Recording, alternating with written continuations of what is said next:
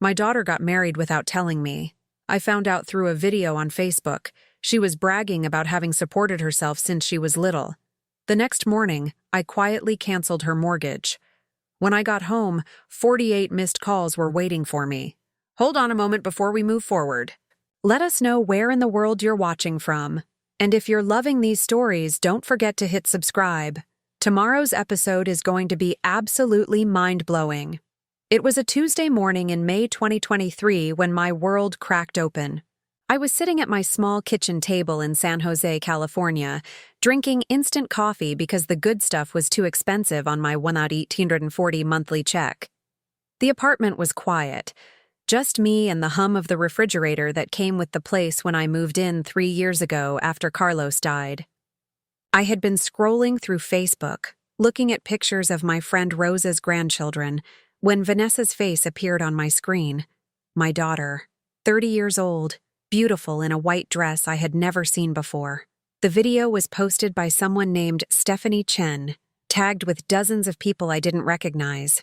I clicked on it. My hands were shaking before the video even started. The venue was elegant. White chairs arranged in perfect rows, flowers everywhere, the kind of setup that costs thousands of dollars. Vanessa stood at a microphone during what looked like the reception, her hair pulled back in a style I had never seen her wear. Beside her was a man I had only met twice, Kevin Chen, her boyfriend of 2 years. Except now, apparently, he was her husband. "I want to thank everyone for being here today," Vanessa said in the video, her voice clear and confident. She spoke in English, the way she always did at work, not the mix of English and Spanish we used at home when she was growing up. "This day means so much to Kevin and me. We built this together, just the two of us." I watched as she smiled at the crowd, people I didn't know, a whole room full of strangers celebrating my daughter's wedding. "I've always believed in working hard for what you want," Vanessa continued. "I came from very little. My mom cleaned houses and I watched her struggle. But I promised myself I would be different. I worked my way through school, earned scholarships, built my career. I did it on my own. I never needed handouts. I never took the easy road." The camera panned across the audience. I saw my sister Beatriz sitting in the third row, wearing a purple dress and clapping. My own sister. She had been there. She had known. I felt like someone had reached into my chest and squeezed. Vanessa raised her glass. "So here's to independence. To proving you don't need anyone's help to make your dreams come true. To Kevin and me, and the life we're going to build together. On our own terms." The crowd cheered. The video ended. I sat there staring at my phone screen for a long time. The coffee in my cup went cold. Outside, I could hear someone mowing a lawn, a dog barking, normal sounds from a normal day. But nothing felt normal anymore. I came from very little. I did it on my own. I never needed handouts. 20 years. I had worked for 20 years cleaning other people's houses, scrubbing their toilets, washing their floors, so Vanessa could go to a good school. When Carlos died in 2003, Vanessa was only 10 years old. I took 2 jobs, sometimes 3, because Stanford doesn't pay for itself even with scholarships. I gave her $215,000 over the years. Money I saved, money I borrowed, money I should have used for my own retirement. And now she stood in front of a room full of people and said she did it alone. I looked around my apartment. 1 bedroom, peeling paint near the bathroom door that the landlord never fixed, furniture from thrift stores. My monthly rent was $950. I had $340 left after bills each month for food, medicine, everything else. I didn't complain. I thought I was helping Vanessa build a better life. I clicked on the comments under the video. Dozens of people congratulating her, calling her inspiring, saying how proud they were. Then I saw it. A comment from my sister Beatriz. "Finally free. So proud of you, Misha. You did the right thing cutting the dead weight. Now you can really fly." Dead weight. I read it 3 times to make sure I understood correctly. My sister, the woman I had helped raise when our parents died, the woman whose son Marco I had paid to tutor when he was failing school, had just called me dead weight on a public post, where everyone could see. I tried calling Vanessa. It rang 4 times and went to voicemail. I tried again. Same thing. I sent a text. Vanessa, I saw the video. Why didn't you tell me about the wedding? No response. I called Beatriz. She answered on the second ring, her voice bright and fake. Patty, did you see the video? Wasn't it beautiful? You knew, I said. My voice sounded strange, flat. You were there. Of course I was there. I'm her Tia. Vanessa wanted family there who actually supported her dreams, not people who would guilt trip her or make it about themselves. Make it about myself? Beatrice, she's my daughter, and you've been suffocating her for years, Patty. Always with the guilt, always reminding her what you sacrificed. Vanessa deserves to be happy without you hovering over her. I hung up. My hands were shaking so hard I almost dropped the phone. I walked to my bedroom and opened the bottom drawer of my dresser. Inside was a wooden box Carlos had made for me before he died. I kept important papers there. Birth certificates, my social security card, the deed to the cemetery plot where Carlos was buried, and underneath everything, a stack of bank statements. I pulled them out and spread them on my bed. Statements going back to 2003. Every deposit, every withdrawal. I had kept them all because Carlos always said to keep records, that you never know when you might need proof of something. There it was. September 2011, $4,200 to Stanford for housing deposit. January 2012, $8,500 for tuition gap the scholarship didn't cover.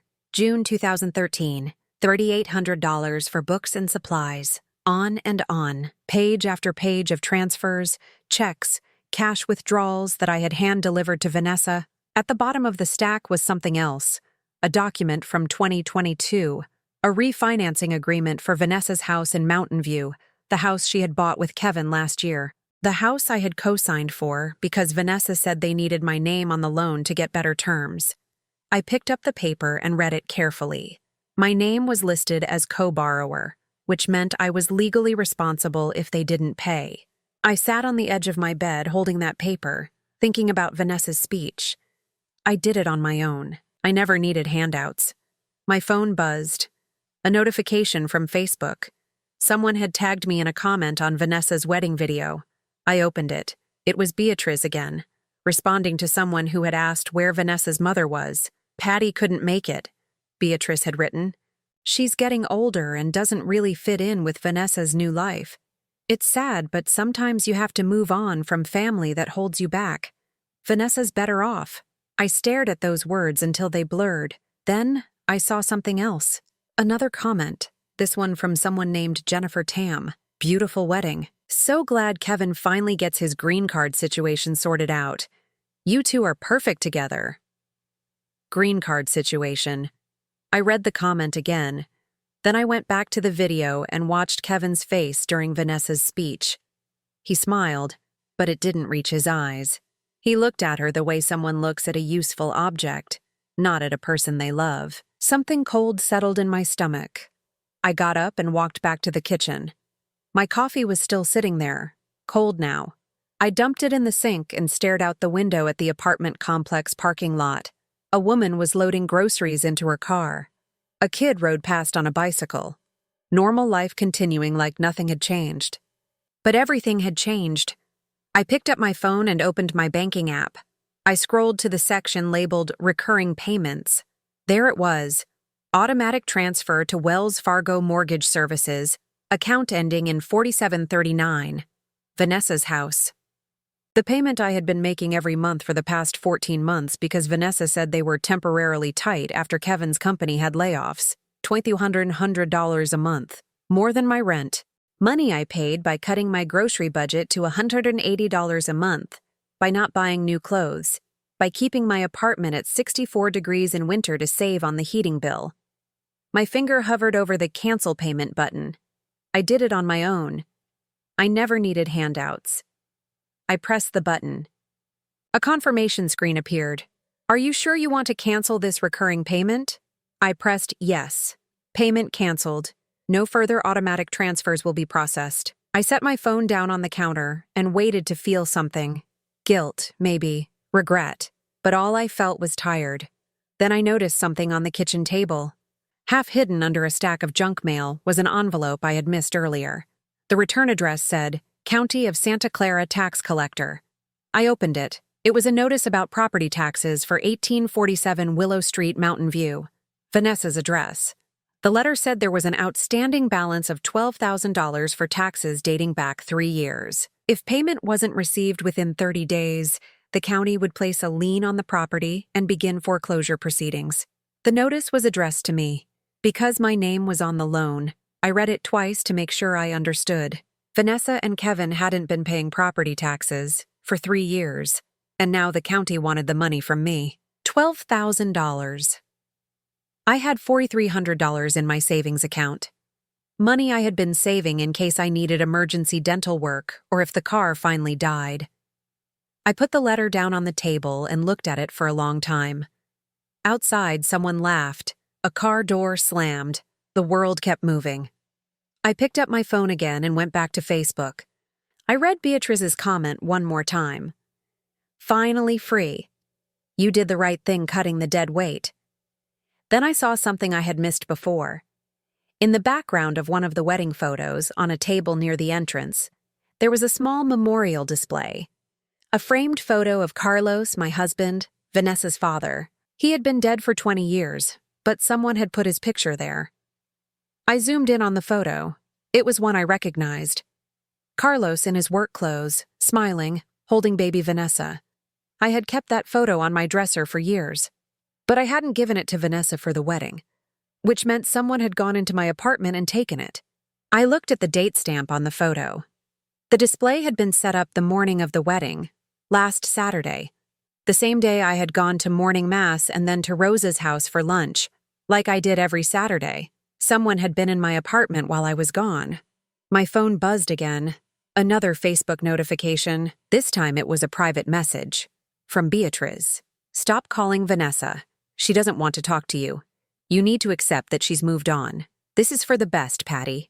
Let her be happy. I didn't reply. Instead, I put my phone face down on the table and walked to my bedroom. In the closet, pushed to the back behind my winter coat, was a small fireproof safe. I kept Carlos's life insurance papers in there, along with the rosary his mother had given me before she died. I opened the safe. The insurance papers were gone. I called the insurance company at 8 o'clock the next morning. My hands were still shaking from what I had found, or rather, what I hadn't found in the safe. The woman who answered had a cheerful voice that made me want to scream. Good morning. This is Adriana with Secure Life Insurance. How can I help you today? I need to check on a life insurance policy, I said. My voice sounded hoarse. I hadn't slept. Policy number 847VN 2003. It was my husband's policy. Carlos Moreno. One moment, please. I heard typing, then silence, then more typing. Okay, Mrs. Moreno. I have the account here. What can I help you with? I need to know the current balance. More typing. The policy was cashed out on April 12th of this year. The full amount of $35,000 was transferred to an account ending in 7823. April 12th, 3 weeks before the wedding. Who authorized that withdrawal? I asked. According to our records, the request came from Vanessa Moreno. She's listed as a co-beneficiary on the account, so she had authorization to access the funds. Co-beneficiary. I had added her name in 2015 when she graduated from law school, thinking it would make things easier if something happened to me. I never thought she would take the money while I was still alive. Thank you, I said, and hung up before Adriana could ask if there was anything else she could help me with. I sat at my kitchen table staring at the phone. $35,000. The last piece of Carlos I had been saving. Money I had planned to use for my funeral someday, so Vanessa wouldn't have to pay for it. Money that was supposed to take care of final expenses, maybe leave a little something for her. Gone. I tried calling Vanessa again, straight to voicemail. I tried texting. Nothing. I even sent her an email, something I almost never did because she rarely checked the account I knew about. By 10 o'clock, I still had no response. That's when someone knocked on my door. I looked through the peephole and saw Beatriz standing there, wearing sunglasses even though it was overcast outside. She had a large purse over her shoulder and was checking her phone. I didn't want to open the door, but I knew if I didn't, she would just keep knocking. My neighbors already thought I was strange, the old Mexican woman who lived alone and never had visitors. I opened the door but didn't invite her in. "Patty," Beatrice said, pulling off her sunglasses. "We need to talk." "I don't think we do. Can I at least come inside?" I don't want to have this conversation in the hallway. Against my better judgment, I stepped aside. Beatrice walked in like she owned the place, setting her purse on my kitchen counter and looking around with barely concealed judgment. I saw her eyes linger on the chipped tile near the sink, the faded curtains I had bought at a garage sale. "You want coffee?" I asked. Not because I wanted to be polite, but because I didn't know what else to say. "No, thank you. This won't take long." She sat down at my kitchen table without being asked. "Vanessa called me this morning. She's upset." "She's upset?" I stayed standing. "She got married without telling me. She stole $35,000 from her father's insurance. And she's upset?" Beatrice sighed like I was a child having a tantrum. "She didn't steal anything, Patty. She's a co-beneficiary. That money was as much hers as it was yours. That money was for emergencies, for when I die, not for a wedding I wasn't even invited to." "You're being dramatic." Beatrice crossed her legs. "Vanessa needed that money. Do you know how much weddings cost? She and Kevin wanted something nice, something dignified, not some backyard party with folding chairs." "I wouldn't have cared if it was in a backyard," I said. My voice was rising now.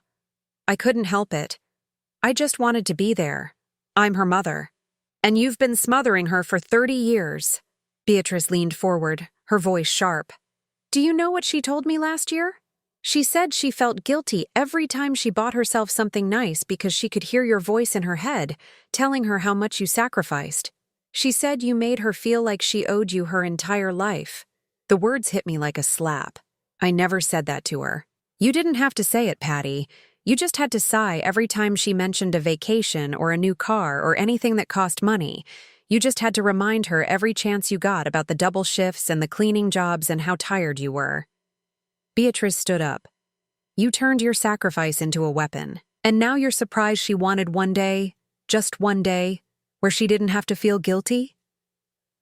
I couldn't speak. My throat had closed up completely. "She loves you," Beatrice continued, but her tone said otherwise. "But she needs space. She needs to build a life with Kevin without you hovering over everything. That's why I helped her plan the wedding. That's why I was there and you weren't." "You went into my apartment," I said quietly. "You took the picture of Carlos." Beatrice had the decency to look slightly uncomfortable. "Vanessa wanted her father there somehow. I had a key from when you asked me to water your plants last year, remember? I made a copy. I didn't think you'd mind." "You didn't think I'd mind?" My voice cracked. "You stole from me. Both of you. I borrowed a photograph, Patty. Don't be so dramatic. Get out." Beatrice picked up her purse. "Fine. But you need to think about what I said. Vanessa is trying to move forward. You can either support her or you can keep playing the victim. But if you keep this up, you're going to lose her completely." She walked to the door, then turned back. "Oh, and stop calling her. She blocked your number this morning. She'll reach out when she's ready." After she left, I sat down at the kitchen table and stared at the wall for a long time. I felt numb, empty. My phone rang. I grabbed it, hoping somehow it was Vanessa, but the number was one I didn't recognize. "Hello? Is this Patricia Moreno?" A man's voice, cold and clipped. "Yes. Who is this?" "This is Kevin Chen, Vanessa's husband." He said the word husband with emphasis, like he was claiming territory. "I'm calling to ask you to stop harassing my wife." "Harassing?" "I just want to talk to her. She doesn't want to talk to you. She's made that very clear. And I'm telling you right now, if you keep trying to contact her, we'll get a restraining order." "A restraining order? She's my daughter. And she's my wife. She's told me everything, Mrs. Moreno, about how you guilt-tripped her for years. That ends now. Kevin, please. I just want to understand. You would have ruined the wedding. You would have made it about you and your feelings and how much you sacrificed. Vanessa deserved one day without your martyr act." He paused. "Stay away from her. If you contact her again, You'll hear from our lawyer." He hung up. I sat there staring at my phone. Our lawyer. Like they had already planned this. Then I looked at the property tax notice on my table. $12,000 due in 30 days. For 3 days, no one called. I stayed in my apartment going through papers, bank statements, receipts, canceled checks from years ago that I had kept in shoeboxes under my bed. I spread everything out on my living room floor because the kitchen table wasn't big enough. I made lists, columns of numbers, dates and amounts. September 2011, $40,200 for Stanford housing deposit. January 2012, $8,500 for tuition gap. March 2013, $2,100 for her car insurance after she got in an accident. June 2013, $3,800 for books and lab fees. December 2014, $6,000 for study abroad in Spain. On, page after page, year after year. By the time I finished, my hand was cramping and my eyes hurt from squinting at old receipts. The total came to $215,347, plus the $35,000 from Carlos's insurance that Vanessa took. $250,347. I wrote that number on a piece of paper and taped it to my refrigerator. I wanted to see it every time I opened the door to get milk for my coffee or the cheap deli meat I bought for sandwiches. $250,000. I had given my daughter $250,000 over 20 years, and she told a room full of strangers that she did it all herself. On Thursday morning, I went to the church, not for Mass, just to sit. The church was empty, except for an old man praying in the back pew. I sat near the front and stared at the statue of Mary holding baby Jesus. I used to bring Vanessa here when she was little. She would sit next to me and color in the children's bulletins they handed out, drawing purple skies and green suns. After Carlos died, we came here every Sunday without fail. Vanessa would light a candle for her father and whisper prayers I couldn't hear. When did that stop? When did she stop coming with me? I tried to remember. Maybe when she was 16 and got her driver's license. Or maybe before that. Maybe it was gradual. So slow I didn't notice until one Sunday I realized I was sitting alone. Father Miguel found me sitting there an hour later. He was old now, almost 80, but he still remembered everyone's names. "Patricia," he said, settling into the pew beside me. "I haven't seen you at Mass lately. Are you all right?" I didn't know how to answer that question.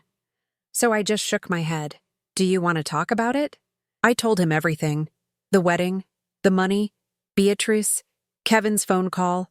I told him about the property tax bill and how I had 30 days to pay $12,000 or they would foreclose on Vanessa's house. Father Miguel listened without interrupting. When I finished, he was quiet for a long time.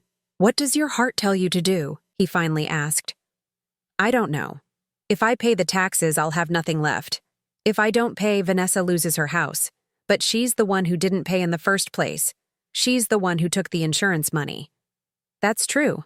So why do I feel guilty?" Father Miguel smiled sadly. "Because you're her mother. That guilt doesn't go away just because someone hurts you." "Is it wrong to want her to face consequences?" "No. But you need to ask yourself if the consequence is punishment or protection. Are you trying to hurt her, or are you trying to teach her?" I didn't have an answer for that either. When I got home, there was a message on my phone from Marco. "Tia, can you call me? I found something out about Kevin." I called him back immediately. He answered on the first ring. "Tia, where are you?" "Home. What did you find?" "I can't talk about this on the phone. Can I come over?" He arrived 20 minutes later carrying a folder. We sat at my kitchen table and he opened it carefully, like it contained something dangerous. "Remember how you said Kevin mentioned something about lawyers?" Marco said. I got curious. I have a friend who works in immigration services. I asked her to look up Kevin's status. He pulled out a printed document. Kevin Chen entered the U.S. on a student visa in 2015. That visa expired in 2019. He applied for an H-1B work visa, but it was denied twice. His company tried to sponsor him, but there were issues with his application. What kind of issues? My friend couldn't tell me everything, but basically, Kevin's been here on expired status for almost a year. He's been working under the table, getting paid through contract work to avoid detection. I stared at the document. So he's here illegally? Not exactly illegal, but he's out of status. Which means he could be deported if immigration finds out. Marco pulled out another paper. But here's the thing. If he marries a U.S. citizen, he can apply for adjustment of status. He can get a green card through marriage. Vanessa, I said quietly. Yeah, Vanessa. Marco looked at me. Tia, I think he married her for papers. I think that's why they rushed the wedding. His grace period was ending. I thought about the wedding video, the way Kevin had looked at Vanessa during her speech. Not with love, but with something else. Calculation, relief. Does Vanessa know? I don't know, but I doubt it. She would have said something. Marco hesitated. There's more. My friend said Kevin has a lot of debt, like a lot. Credit cards, personal loans, over $90,000. $90,000. How do you get $90,000 in debt? I asked. Marco shrugged. Gambling, maybe. Or just bad choices. But here's what I'm thinking. If Kevin needed a green card and had that much debt, marrying someone with good credit and a stable job would solve both problems. Someone like Vanessa. Exactly. I sat back in my chair. Did you tell your mother about this? Marco's face darkened. I tried. She said I was making things up because I'm jealous of Vanessa's success. She said I've always been the family failure and now I'm trying to drag Vanessa down. Marco, it's fine, Tia. I'm used to it. But his voice said it wasn't fine at all. I told her I was going to tell you, and she said if I did, I wasn't welcome in her house anymore. You didn't have to do that. Yes, I did. He reached across the table and squeezed my hand. You're the only one who's ever believed in me. When I was failing nursing school, you gave me money for tutoring. When Mom said I was wasting my life, you told me I could do it. I'm not going to abandon you now just because Mom wants me to. After Marco left, I sat alone with the folder of information about Kevin.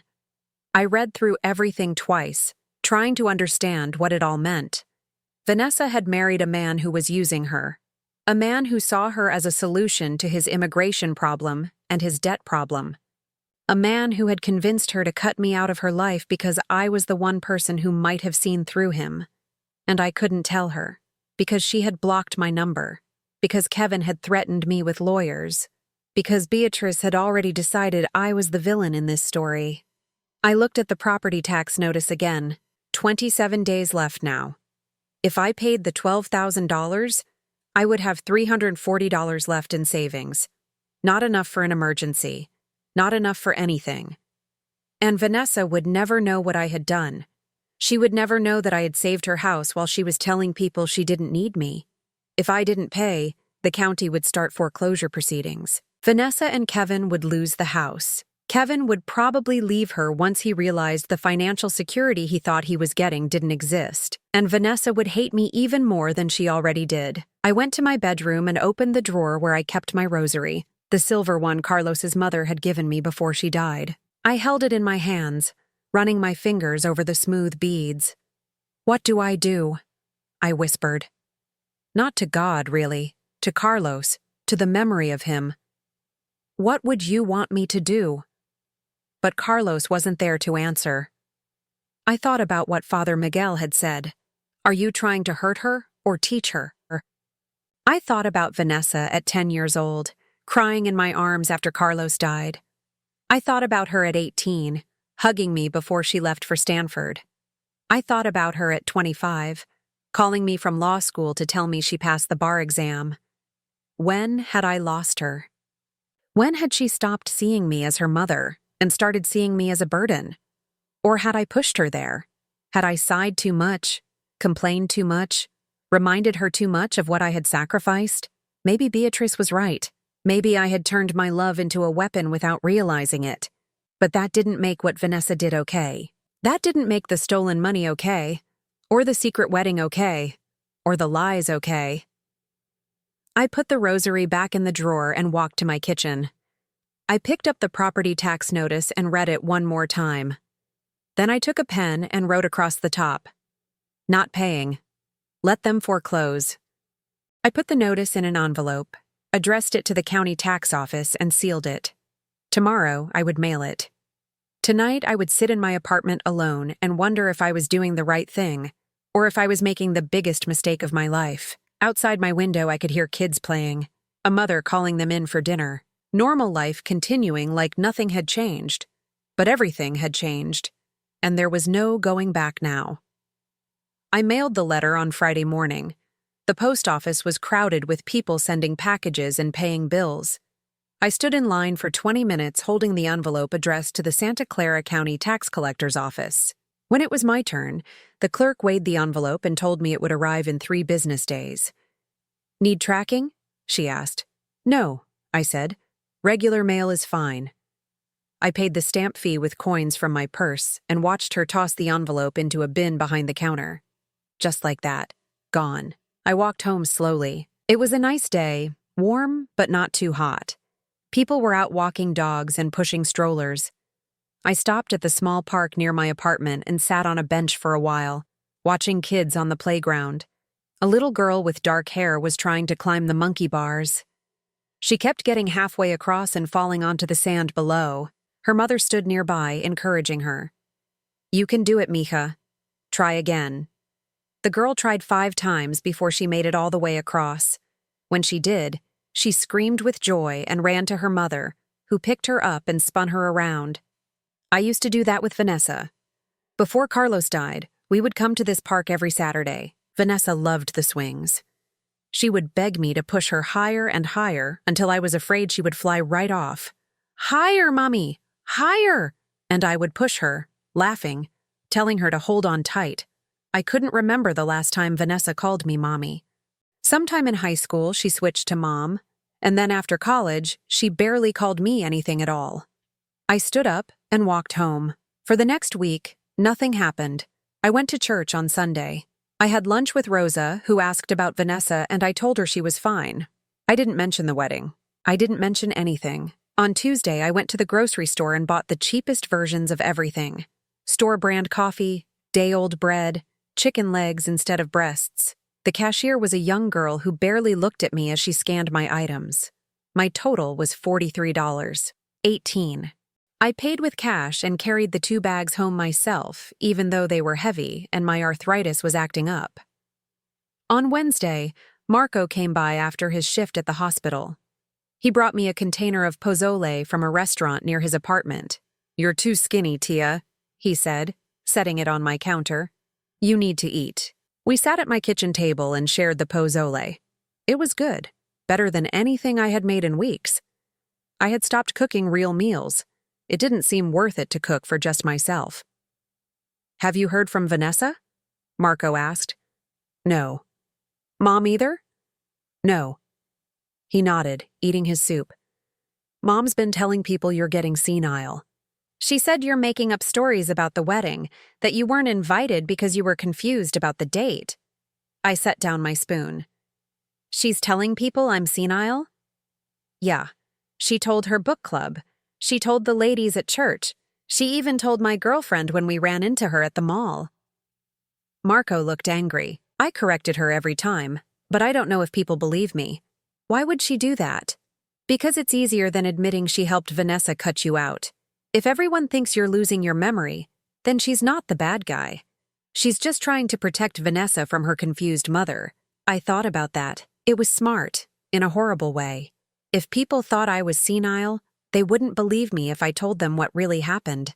They would think I was making things up, imagining slights that didn't exist. "Let her say what she wants," I finally said. "I know the truth." On Thursday, 2 weeks after I mailed the letter, my phone rang at 6 in the morning. I was already awake, sitting at my kitchen table with my coffee, but I wasn't expecting a call that early. The number was blocked. I answered it anyway. "Hello?"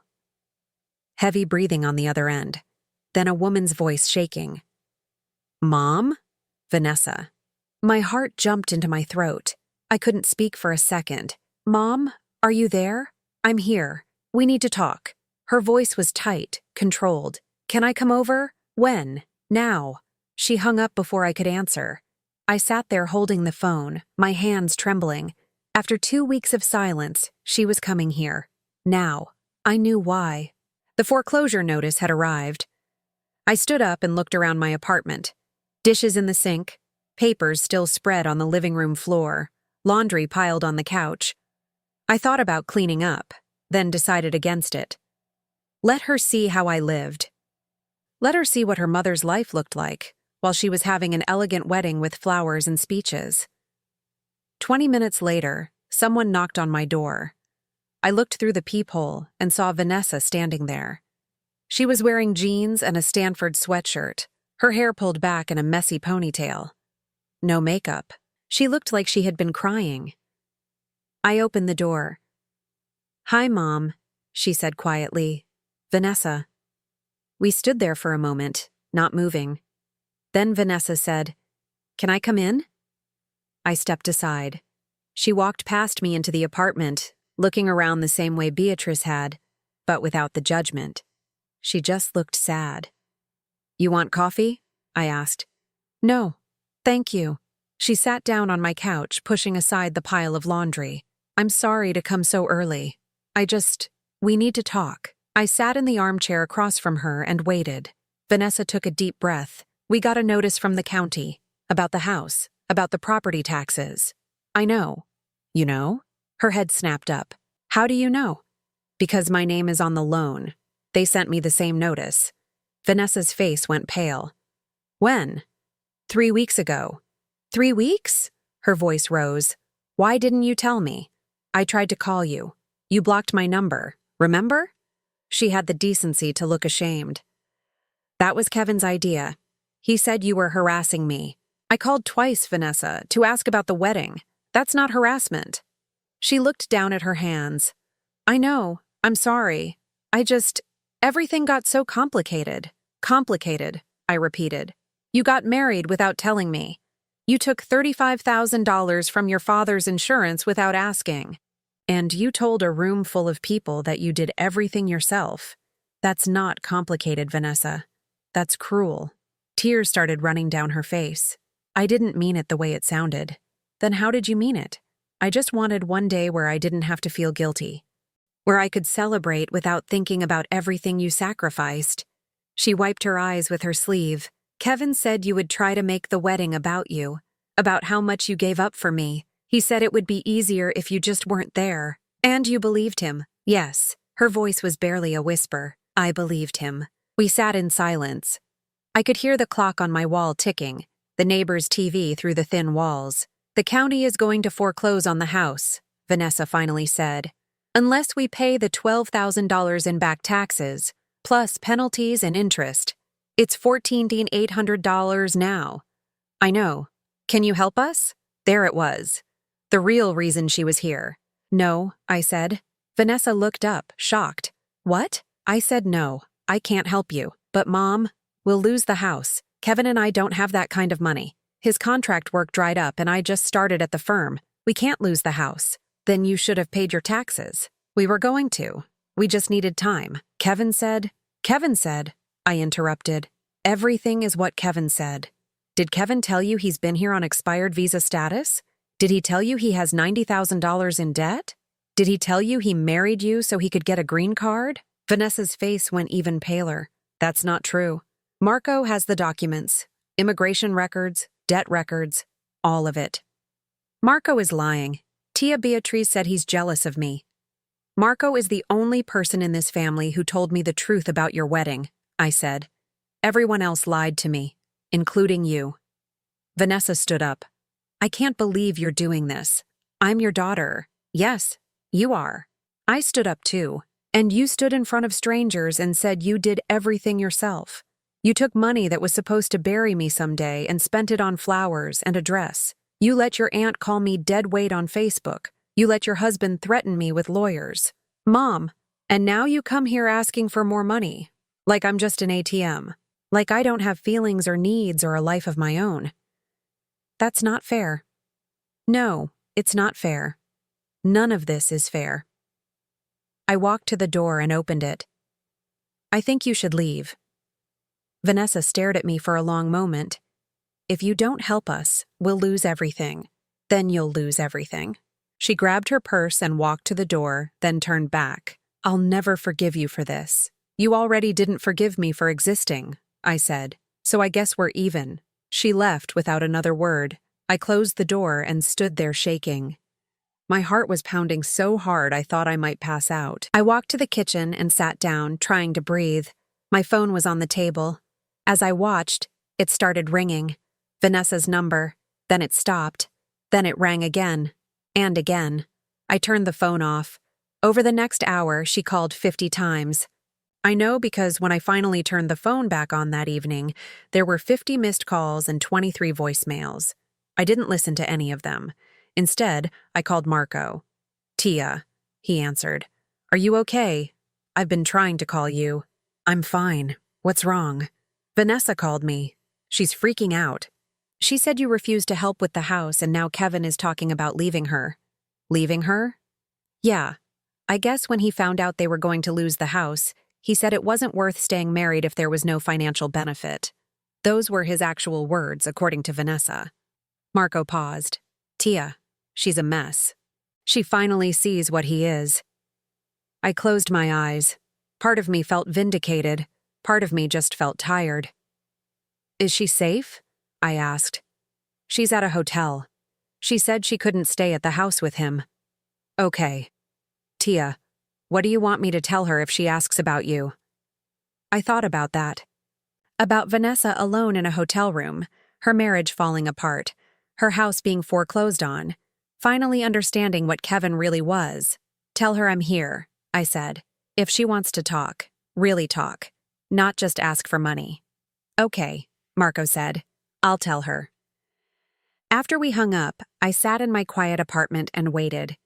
Vanessa showed up at my door 2 days later. It was Saturday morning, early. I was still in my bathrobe drinking coffee when I heard the knock. Through the peephole, I could see her standing there alone. No Kevin. She was wearing the same Stanford sweatshirt from Thursday, wrinkled now. Her eyes were swollen like she had been crying for days. I opened the door but didn't say anything. Mom, she said. Her voice cracked. Can we please talk? I stepped aside and let her in. She walked slowly to the couch and sat down, hunched over like she was trying to make herself smaller. I sat in the armchair and waited. Kevin left, she said after a long silence. He packed a suitcase yesterday and went to stay with some guy from his work. He said there was no point staying married if we were going to lose the house anyway. I didn't say I told you so. I just nodded. I've been so stupid, Mom. Fresh tears started running down her face. You tried to warn me and I didn't listen. Tia Beatriz kept saying you were jealous, that you wanted to control my life. Kevin said you were toxic, and I believed them.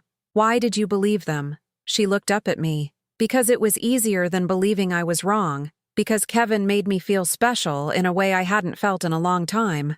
Like I was important. Like I was more than just your daughter who owed you everything. I never said you owed me anything. You didn't have to say it, Mom. I felt it every single day. She wiped her eyes. Every time you talked about working 2 jobs, every time you mentioned how tired you were, every time you sighed when I bought something nice for myself, I felt guilty for existing. I started to argue, then stopped. Maybe she was right. Maybe I had done that without realizing it. I'm sorry, I said quietly. If I made you feel that way, I'm sorry. Vanessa looked surprised. You're apologizing to me? For that part, yes. I never meant to make you feel guilty for being happy. I just wanted you to have a better life than I did. I know. She was crying harder now. I know you did.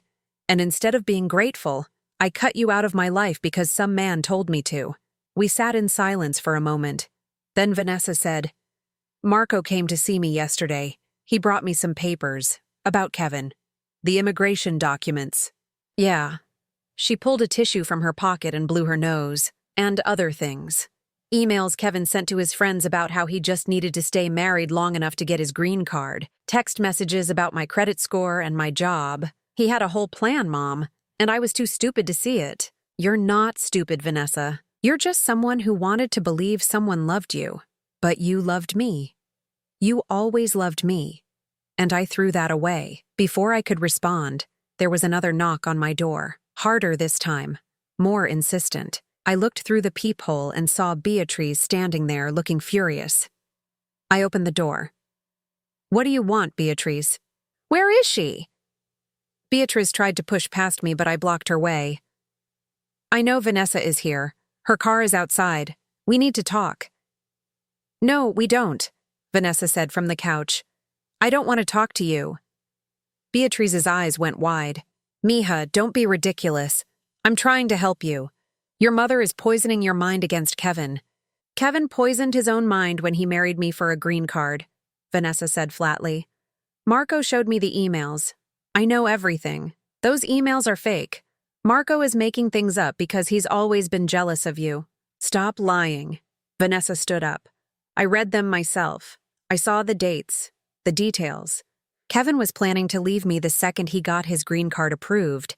He told his friend Tom that I was tolerable enough for 2 years. Beatriz's face flushed.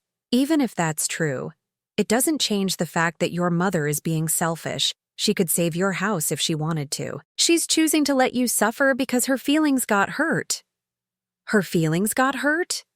Vanessa's voice rose. "You helped plan my wedding and didn't tell her.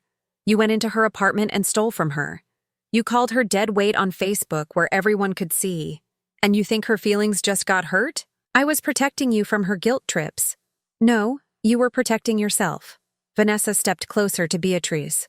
"You've always been jealous of my mom. When your husband left you, my mom was there. When Marco was failing school, my mom paid for his tutoring. She's always been the strong one, the good one, and you hated her for it." Beatriz's mouth opened and closed. "That's not true." "Yes, it is. And I was so desperate for someone to validate my feelings that I let you convince me my mother was the enemy. But she's not. You are. Vanessa, please, get out." Vanessa pointed to the door. "Get out of my mom's apartment and don't come back." Beatriz looked at me, then at Vanessa. For a second, I thought she might start crying. Instead, her face hardened. "Fine, but when you lose that house and have nowhere to go, don't come crying to me." She turned and walked out, slamming the door behind her. The apartment was quiet after she left. Vanessa sat back down on the couch, shaking. "I'm sorry, Mom," she whispered. "For all of it.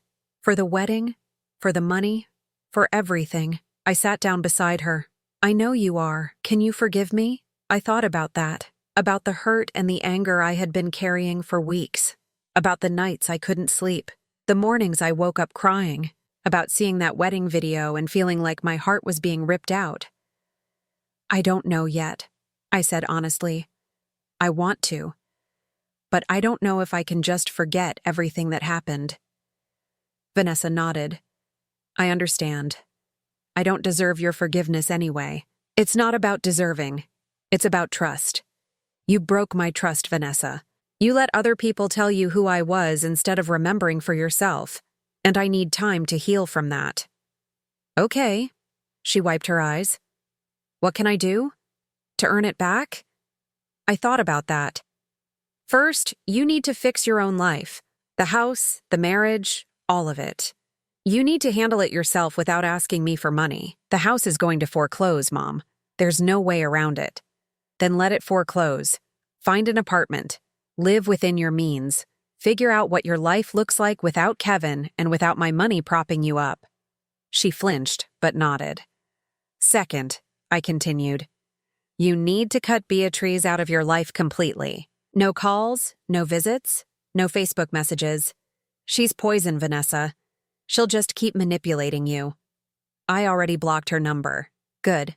Third, you need to go to therapy. Real therapy, not just talking to friends.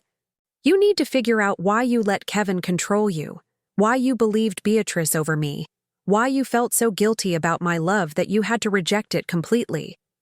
Vanessa was crying again, but she nodded. "Okay, what else?" "That's it for now. If you do those 3 things, if you really do them, then maybe we can start rebuilding. But it's going to take time, Vanessa. You can't just apologize and expect everything to go back to normal." "I know." She reached for my hand. "Mom, can I ask you something?" "What? Why didn't you pay the property taxes?" "You could have. You had the money." I looked at our hands together, mine old and wrinkled, hers young and smooth. Because you needed to learn that actions have consequences. You took my money, you cut me out of your life, and you expected me to keep saving you anyway. That's not love, Vanessa. That's just using someone. You're right. She squeezed my hand. You're absolutely right. There was a soft knock on the door. I got up and looked through the peephole. Marco was standing there holding a folder. I opened the door. Marco. Tia, Vanessa, I'm sorry to interrupt, but I have something you both need to see. He came in and set the folder on the coffee table. Inside was a stack of printed emails and what looked like bank statements. I did some more digging, Marco said. Kevin's been sending money to someone in China, a woman named Li Mei. It looks like they've been together for years. She's been waiting for him to get his green card so she can come here. Vanessa's face went white. He has someone else? Yeah, and based on these emails, she knows all about you. They joke about it. He calls you his American solution. Marco looked genuinely pained. I'm sorry, Vanessa. I know this is hard to hear. Vanessa stared at the emails like they might catch fire. How long have you known about this? I just found out last night. My friend from immigration pulled more records and this showed up. Marco sat down beside her. I wanted to tell you in person. Vanessa picked up one of the emails and read it. Her hands were shaking. He told Li Mei he loved her 3 days after our wedding. 3 days. He's a piece of shit, Marco said, and you deserve so much better. Vanessa looked at me. Did you know about her? No. I only knew about the visa situation and the debt. But you still tried to warn me? Yes. She set the email down. I should have listened. We sat there in silence, the three of us.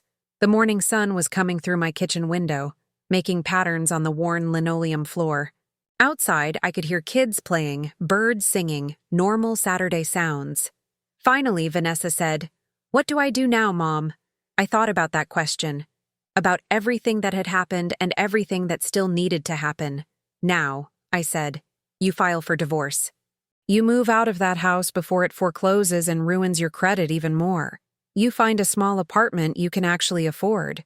You get that therapy I mentioned. And you start building a life that's actually yours. Not Kevin's, not Beatriz's, not even mine. Yours. Vanessa nodded slowly. Can I call you while I'm doing all that? Or do you need space? You can call, I said. But I'm not going to fix things for you, Vanessa. I'm not going to give you money or co-sign anything or bail you out. I'll listen. I'll give advice if you want it. But that's all. That's more than I deserve. Maybe. But it's what I'm willing to give right now. Marco stood up. I should go. I just wanted to make sure you had all the information. He hugged Vanessa, then me. Call me if you need anything, either of you. After he left, Vanessa and I sat together on the couch for a long time, not saying anything. Finally, she stood up. I should go too. I have a lot to figure out. I walked her to the door. Before she left, she turned back and hugged me. A real hug, tight and desperate. I love you, Mom, she whispered. I'm so sorry for everything. I hugged her back. I love you too. After she left, I made myself a fresh cup of coffee and sat at my kitchen table. The folder Marco had brought was still on the coffee table. I didn't look at it. I had seen enough. My phone rang. It was Rosa, my friend from church. Patricia, I just heard the strangest thing from Beatriz. She said Vanessa is having a mental breakdown and you're refusing to help her. What's going on? I smiled. That's a long story, Rosa. You free for lunch tomorrow? Always. You okay? Yeah, I said, surprised to realize it was true. I think I'm going to be. 3 months passed before things started to feel different. The house on Willow Street went into foreclosure in late August. Vanessa moved out before the bank took possession, loading her things into a U-Haul she rented herself. She found a studio apartment in East San Jose, the kind of place I had lived in when Carlos and I were first married. Small, cheap, but clean. She called me the day she moved in. It's not much, Mom, but it's mine. I'm paying for it myself.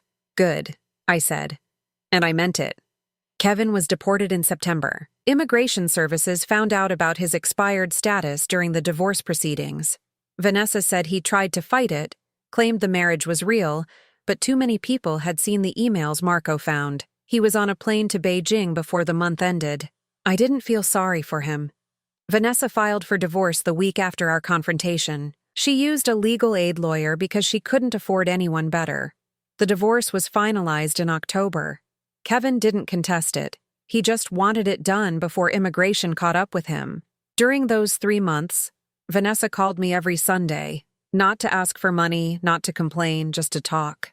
She told me about her therapy sessions, about how hard it was to admit she had let someone manipulate her so completely. She told me about her new apartment, about learning to cook meals for one, about taking the bus to work because she had sold her car to pay off some of Kevin's debt.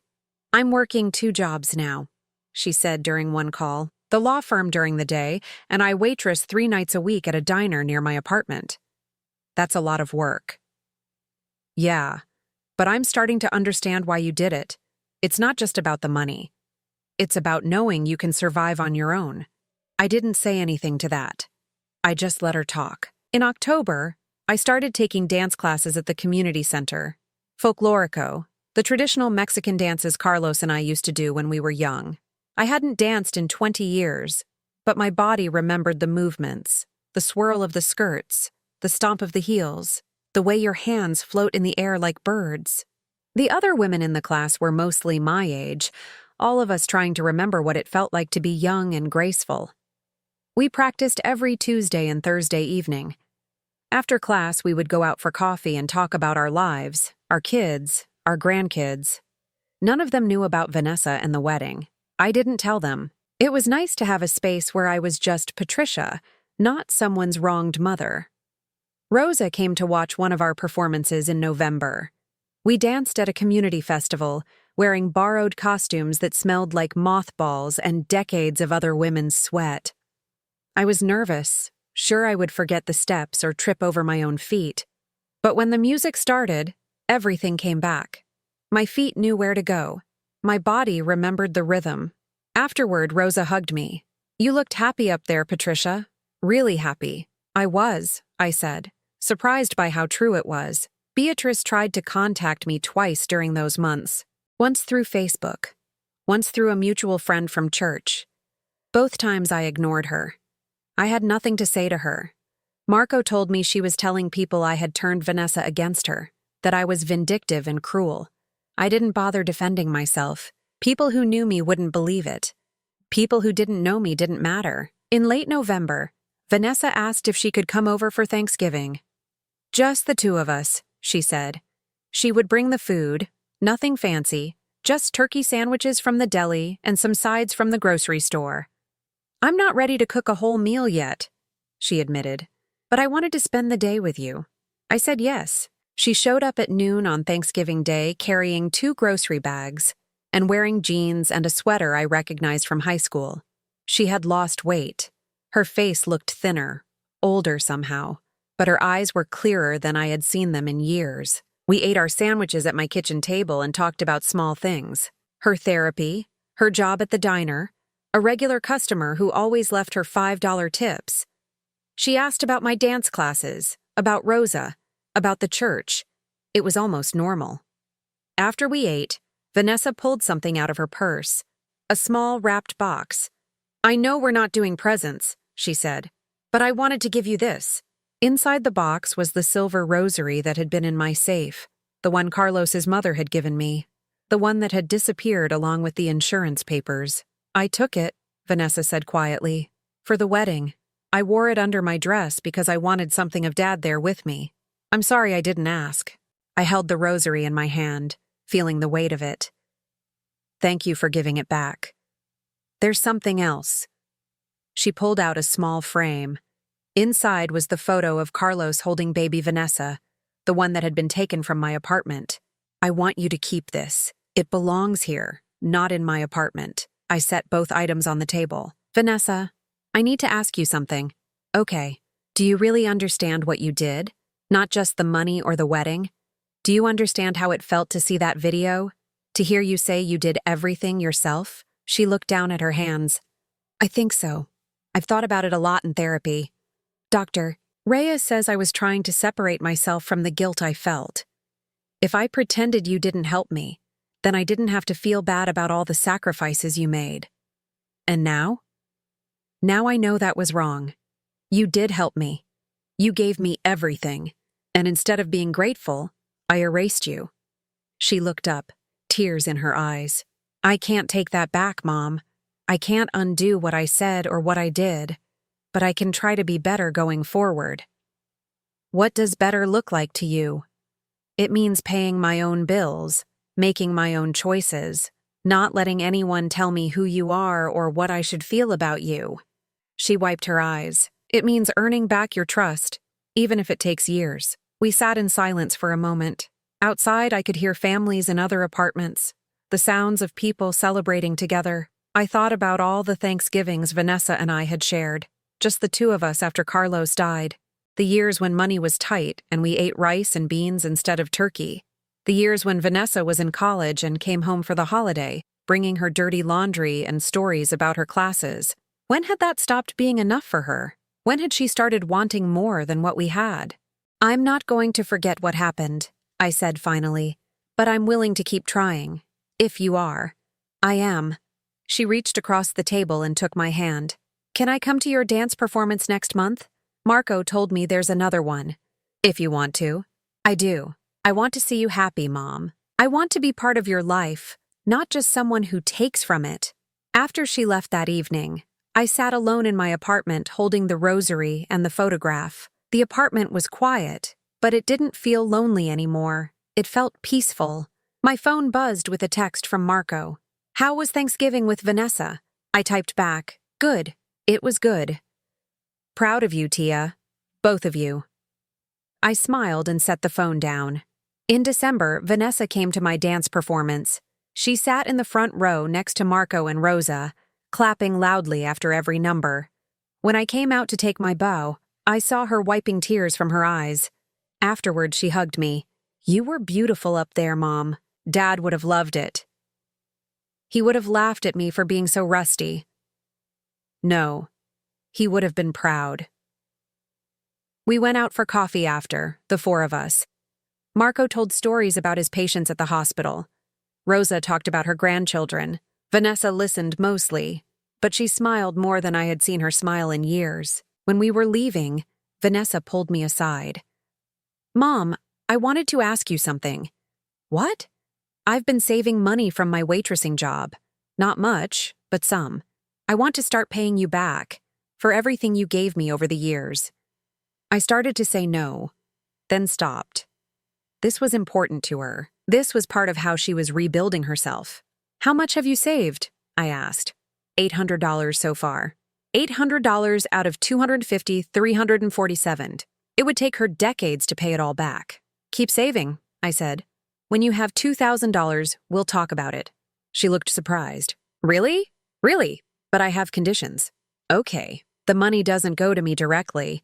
It goes into a college fund. For when you have kids someday. You're not paying me back, Vanessa. You're paying it forward. She stared at me for a long moment, then nodded. Okay, that's fair. And second condition. You keep going to therapy for at least a year, even when it gets hard. Even when you think you don't need it anymore. I will. I promise. And third, you keep working both jobs until you have 6 months of expenses saved up. I don't want you dependent on anyone ever again. Not Kevin, not some other man, not even me. Okay, Mom. She hugged me again. Thank you for not giving up on me. I'm your mother, I said. That's not how it works. On Christmas Eve, Vanessa came over with groceries and cooked dinner in my kitchen. She made tamales using the recipe that had been my mother's, then my grandmother's before that. She had called my cousin in Guadalajara to get the measurements right because I had never written them down. We worked side by side, spreading masa on corn husks, filling them with pork and salsa. It was messy and time-consuming, and Vanessa burned the first batch. But she didn't give up. She just started over. When we finally sat down to eat at 9 o'clock, the tamales were perfect. These taste like abuela's, I said. I wanted to remember, Vanessa said quietly.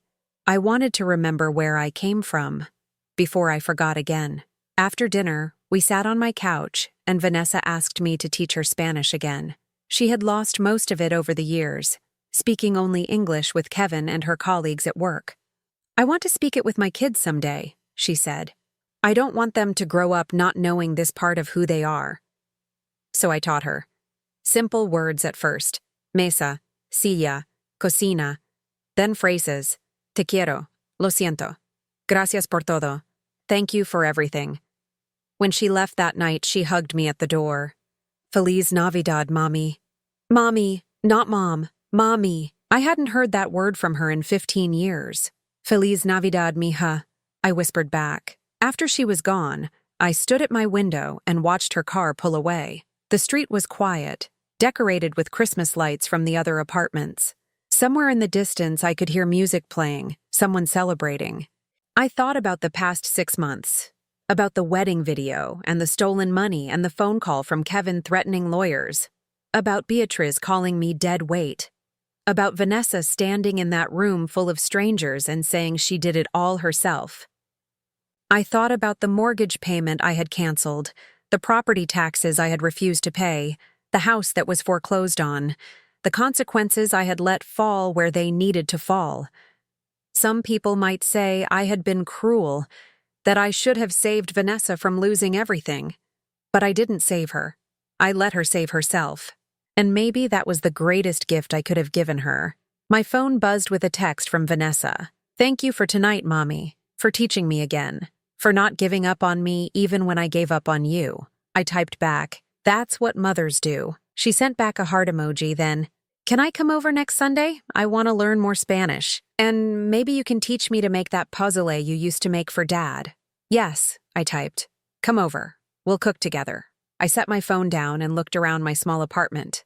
It wasn't much. Chipped tiles, faded curtains, furniture from thrift stores. But it was mine. And for the first time in months, maybe years, I felt at home in it. Outside my window, the Christmas lights blinked on and off, red and green and gold against the dark sky. I thought about Carlos, about how proud he would be of Vanessa for finally finding her way back. How proud he would be of me for being strong enough to let her fall so she could learn to stand.